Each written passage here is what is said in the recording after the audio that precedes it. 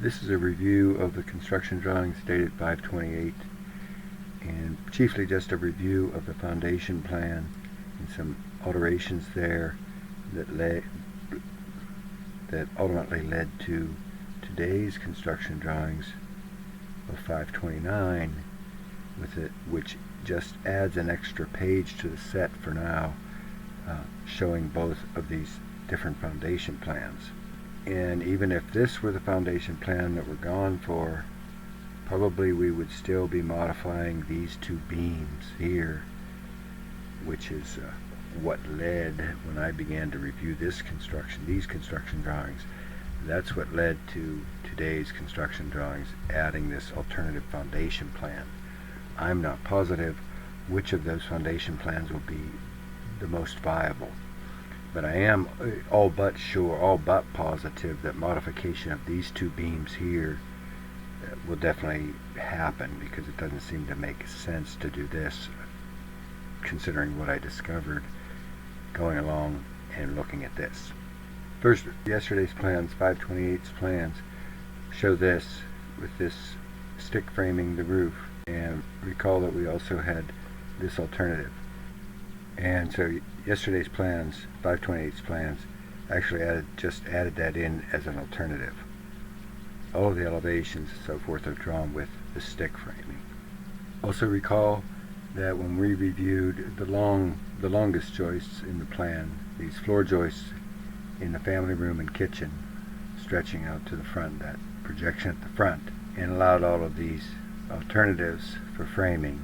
These were our 9.5 or 9-inch diaphragm kind of alternatives here, and the SPF is quite a bit more expensive than either of these I-joist alternatives here, although the second I-joist alternative is not that much more than the first.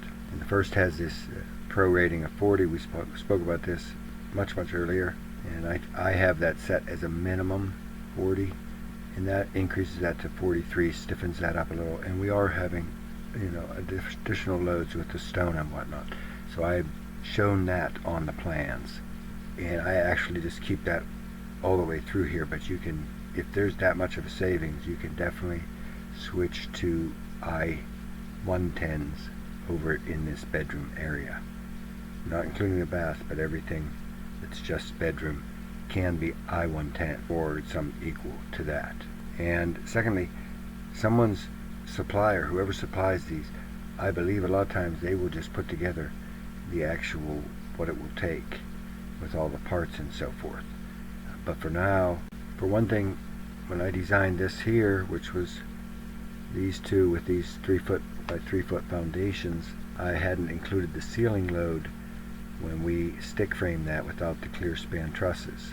But when I add that ceiling loads all the way across here to that, with just that attic space loading, that increases those footings to 3'6". So that happened in the plans, which was a change from my earlier things. And earlier I had been using these hangers here and here instead of having to put pilasters, but doing that, there's not a hanger that's going to do that, because that's about 7,000 pounds. These are like 18,000 on each of these. So that ends up being a pilaster in that set, in 5/28 set, because that's what it was going to take. And the reason I came back and looked at this is that all of this began to look kind of costly, because these, I'll talk about that going forward. And one of the things is, because the clearance under this beam is only about 20 inches, or no, the clearance under this beam is only about 12 inches. So we had to have crawl space access on both sides at the minimum. So that led to definitely reviewing how we're going to get in and out. And there's less expensive alternatives like this, and super expensive alternatives like this, and kind of this middle thing with a lock on it for that number. So that's something to consider, because we get into that when I start reviewing this. And at the front porch construction, I had originally been suspending the beam C to hold those front porch joists, or beam D, or whatever it ended up being, to hold those front porch joists. I was going to suspend it like that, which is allowed if that's nails, and at this end on the other side. but there were issues with regard to that, and there became a less expensive alternative, which is reviewed here in a moment.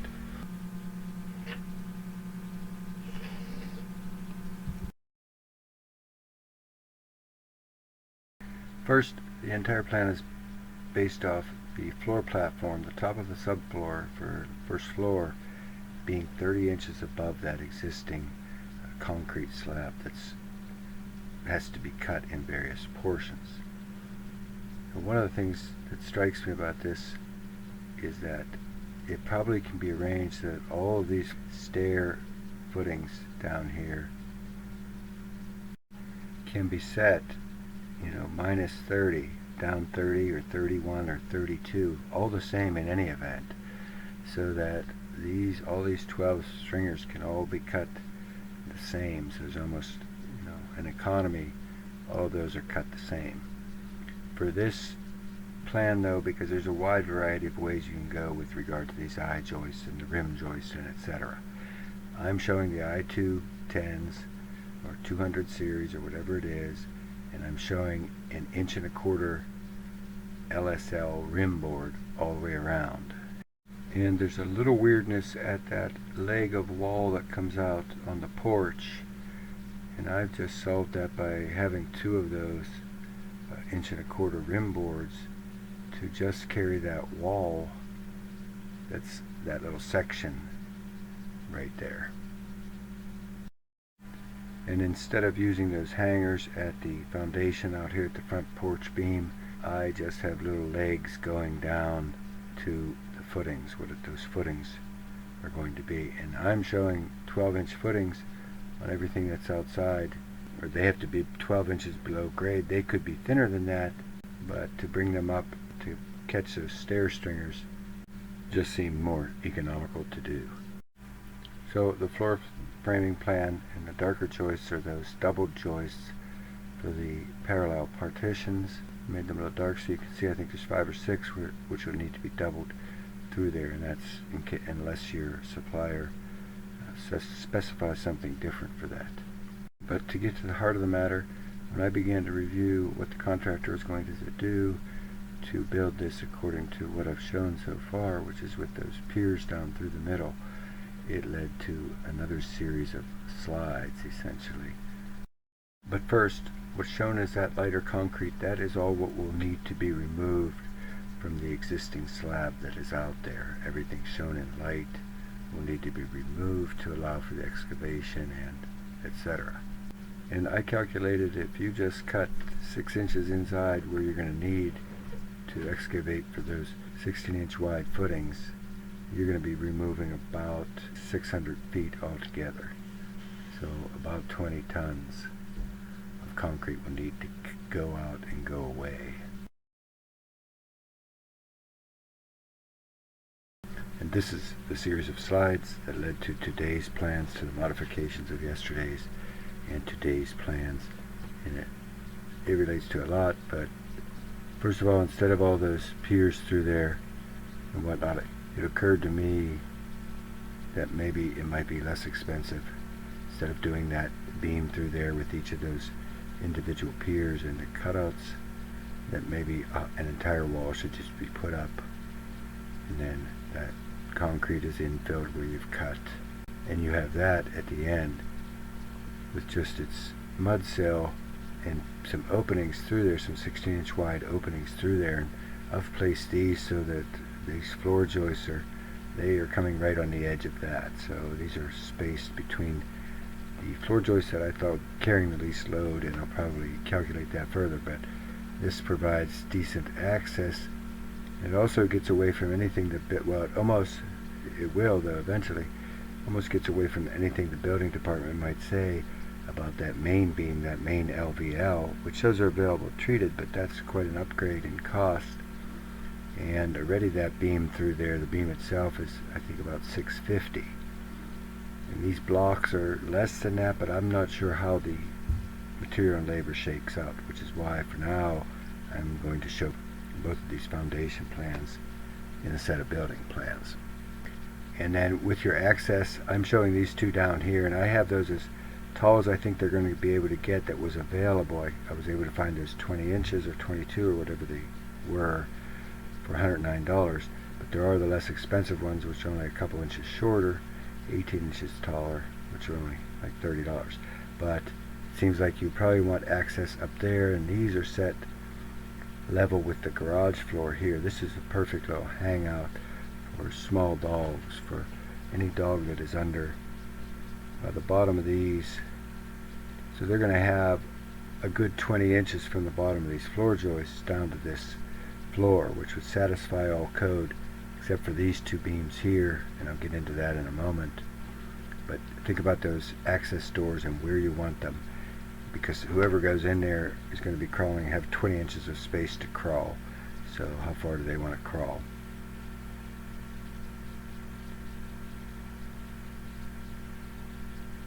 But for one thing, these beams were not 2x10s or 10-inch members, as what I'm showing here. Those were actually 7-inch members, but it's still tight to get into. Tight is an understatement to get into these areas, because we're at minus 17, so it's about 12 inches to get underneath those 8-inch beams. And I started learning, I don't know why I kind of did it this way, though I did it this way because these little piers are kept low, just one block, or is hopefully calculated to be just one of these column blocks filled with concrete, and probably something going down into that footing to attach that mud sill. But it seems to me that it'd be a lot better just to put that beam up there at the top, sitting on the foundation walls on the either end. So that's what I did to start with, and you would just have these dying into that with hangers. Now these hangers, altogether, when we do it this way, and I changed this beam down here as well because it ends up making more sense, there's a couple $100 in hangers involved in doing it this way. There's no special web stiffeners required at these attachments, though. Luckily, you will have to put squash blocks all the way down here, a 2x4 on each side of every joist, all the way down there. And as I said, I started by doing it on this one as well.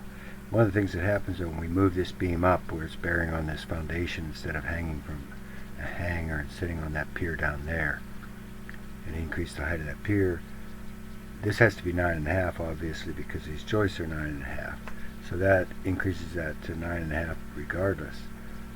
And I did that on that end as well. But when I began to review that beam C at the dining room, when I did it at that end, it's two of these 9.5 timber strand LSLs.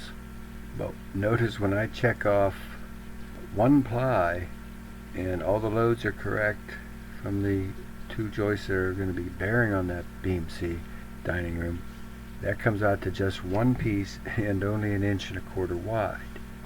So I had my limits, so I limited that to the 1.5 inch member, and whatever I limited it to one of these, because they're saying one of the 1.25s will do it, and so I'm sure one of the 1.5s will do it, and that's even the 1.3E, which surprised me. And so maybe someone will find a way to say this is wrong, but everything this program says that will do it, a single member instead of this double member through here. So, starting down there, I changed that to a single member, and I said surely that one's not going to do a single ply across there 9.5 inches high. So I test that one, beam B, and I had been showing it, and the way that ended up passing to do it with a single member was 1.75 inches by 9.5. So that's what I did there, even though one thing I thought about with this one's 1.5 inches, remember, and I don't know about nailing these, because these joist hangers do require nails into the beam, and I don't know about nailing those from both sides, but maybe that's fine, and maybe somebody who knows a little bit more about that can advise. Right now that's what I'm showing, is a single member here, 1.5 inches wide, and a single member here, 1.75 inches wide. And then these, I think there's about 40 hangers that are about $4 a piece.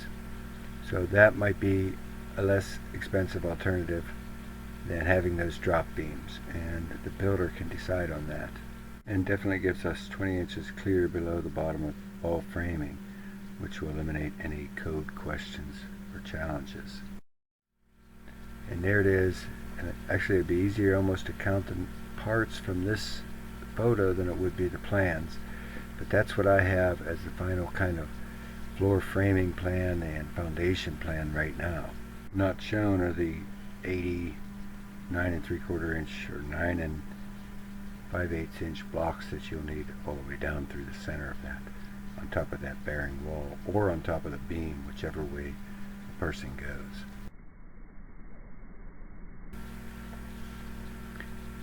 It looked to me like you will be having to step that foundation at least once. I show it stepped out here once. It wouldn't surprise me to step another time here. I don't know how you do that. But if you do step it, you'll just have vertical footings, and that makes the steel work a little bit harder coming up through there. And I'll just briefly touch on that. I'm showing steel. I don't think that's even required through there, but I'm showing that because that soil is just your typical, not the best soil in the world to build on. A, and B, I'm a little worried about erosion type things, water events going forward. So I thought it made sense to run steel in this house footing all the way around continuous, which means if you have these vertical footings, you need to bend that bar and do a little L there and wherever you're doing that. So that's something to keep in mind. But right now I'm showing steel in the footer, 2 number 4s through the 16-inch footing. And the footing, it has to be 12 inches below grade, so you can do that, push it down below grade, or you can just pour it 12 inches thick or whatever you want. As long as the bottom of it's, as long as it's at least 8 inches thick and the bottom of it's 12 inches below grade, that'll be fine.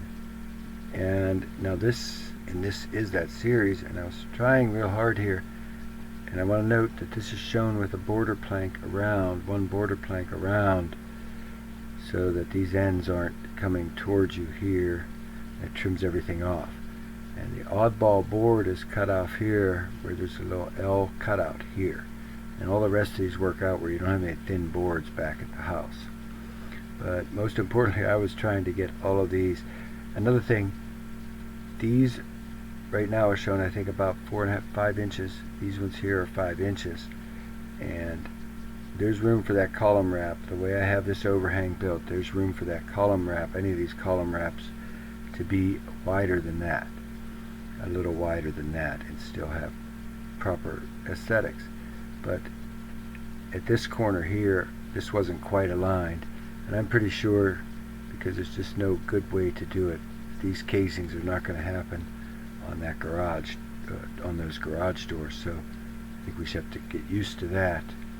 But that really gives me a little bit more of a margin there. And now I'm able to bring that out where all of these miters are coming out right at the corners.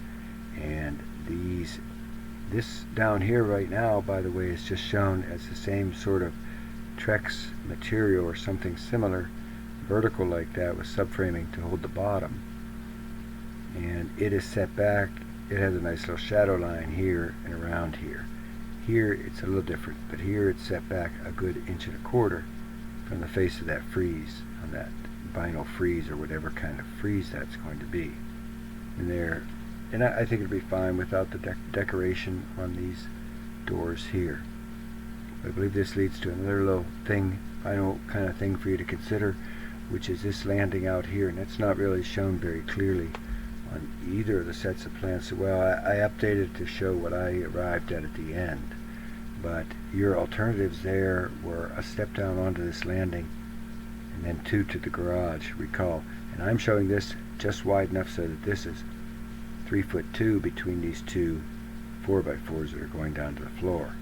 The alternatives have that down just 1 inch, like the front porch is. Just have that down 1 inch and then 3 risers to the ground. And the final is just to come up like that. But as I recall, you wanted something like this because you were going to put racks back here maybe, and you would access those partially from the landing. And I hadn't seen this backed out from an overview like this. It's pretty, by the way, these brackets here, I'll be looking these up. This will be just polyurethane brackets that are attached to that. And I might play with that a little bit more, but I think they aesthetically they're going to be required, but they are just going to be polyurethane, so you won't have to worry about any kind of rot on that. The rest of this is either, vinyl column wrap, or aluminum person. A good aluminum person does their aluminum wrap on that, and then with whatever railing you would specify down here. And with these deck rails back here, that could be cable rail or anything like that. So that's something to keep in mind. Here you see your beams, your ceiling beams in there, in that stick framing arrangement. So yeah, on that porch then, on that little landing, that's what I end up showing is just down the one. And if you are going to put a rack back at that back, you might not need that extra one back there. And I just widen the steps out to the whole thing. So think about that and kind of make an adjustment so any updated plans can reflect exactly what you want there. So that's where we are now. If anybody has any questions or any adjustments you want to make, let me know and I can do that. That's where we are today in 529. So thank you.